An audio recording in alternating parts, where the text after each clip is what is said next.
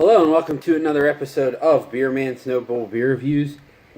No, your eyes do not deceive you. This is in fact an 8-ounce can.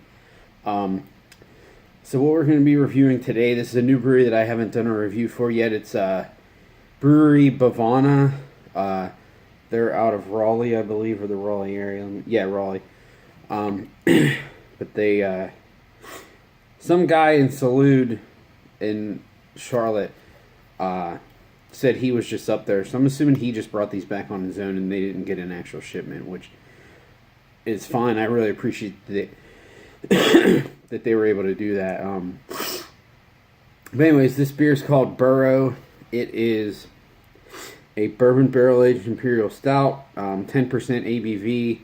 And you can see right there, it says 8 fluid ounces. I really wish that this would catch on for big beers. I would love to see like more Imperial Stouts and barley wines in these small cans because, you know, sometimes if I'm cracking something open by myself, all I want is this.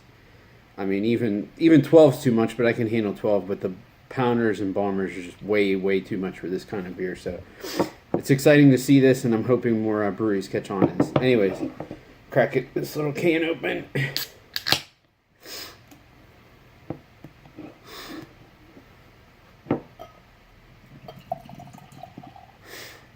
It's funny, like I feel like I'm gonna pour the whole thing in just by pouring that much.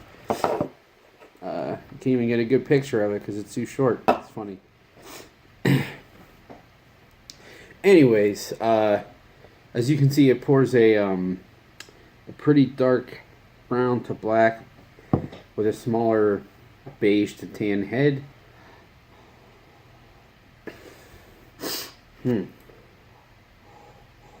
I'm actually really surprised at the amount of barrel that's in the nose on this because I did read that it was only in barrels for 5 months, which worried me a little bit. But it could be that it picked up the nose, but it didn't get well integrated either, so that's also a worry. But it doesn't smell like it's going to be overly hot. It's a little like dark chocolatey, fudgy, and bourbon would be the biggest notes I'm getting. It also smells a little hop on the hoppy side for a stout too. So take a drink and see what we got here.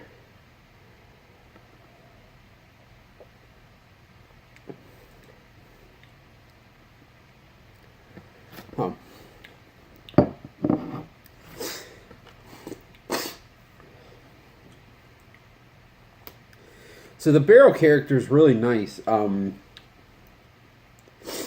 It's definitely present, but it's not overly hot. I think it's, sometimes when something's barrel aged and ends up thinning out the beer, and that's what this seems to be the case. Because it kind of just seems like it's a little washed out. Go back again.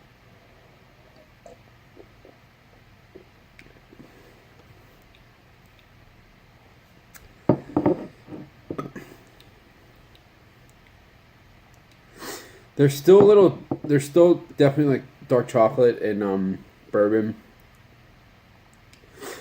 The one thing that does worry me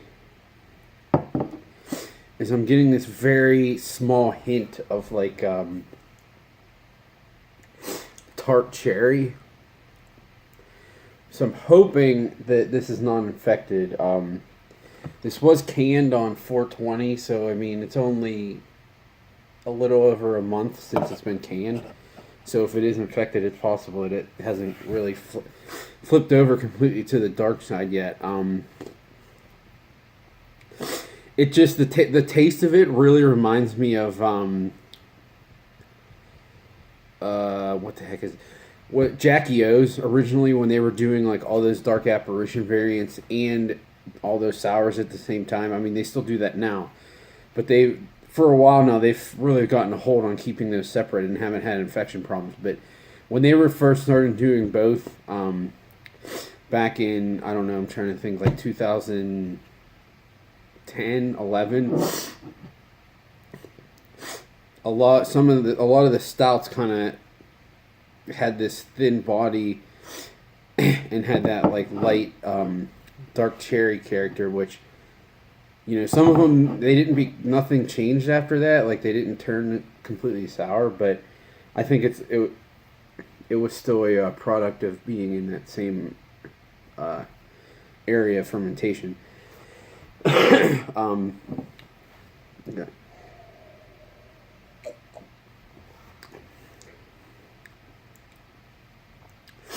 I don't know. Honestly, it could just be the barrel too. I'm not sure. What I'm getting is very slight, and I'm liking it to that. It's not necessarily like, it's definitely not actually like tart, but just some of the flavor I'm picking up like that. It's not like dark fruits like figgy, that kind of dark. It's like specifically like a dark sour cherry taste, but it's not really tart. So I'm interested to see what happens with this. Excuse me. The rating I'm going to give it is drink. Because I don't mind drinking it now, but I don't know what's going to happen with it, so I wouldn't buy it again for that reason. And if it's not going to flip over, and this is just what it tastes like all the time, it's still an okay beer. I don't think I would buy it again. Like, someone bought it for me, of course I would drink it. That's why I say drink, but I don't think I would buy it again. It's just, it could be from the small amount of barrel aging, but it doesn't taste that hot either, so I don't think it's that. I will say it was priced right, though. It was only $13 for a 4-pack. And even though they're only 8-ounce cans, that's still pretty cheap for a barrel-aged Imperial Stout. So, that's only $6.50 for a pint, which is pretty good. So, yeah, that's my thought on this guy. I'd like to revisit this maybe in 2 or 3 months and see what happened to it. But at the same time, I might be too afraid to do that. I'll probably save 1 can to do that and drink the other 2 just in case it does. Because if they do go that realm, I'm probably going to like it even less. So, anyways, that's all I got for this guy. I will say I do have another beer review from these guys that I've already had before. It's fantastic, so I can't wait to do that one for you. Don't be put off by these guys by this one review. Everything I have from them outside of this has been great. It's the first realm into Imperial Stout as far as I'm aware of, so sometimes when you do a bunch of hoppy and wild stuff, it takes time to get into the other things. So still give them a chance because everything else I've had from them has been great. But that's all I got on this, guys. Please like, comment, subscribe. Let me know what you think, and I look forward to doing the next one. Thank you.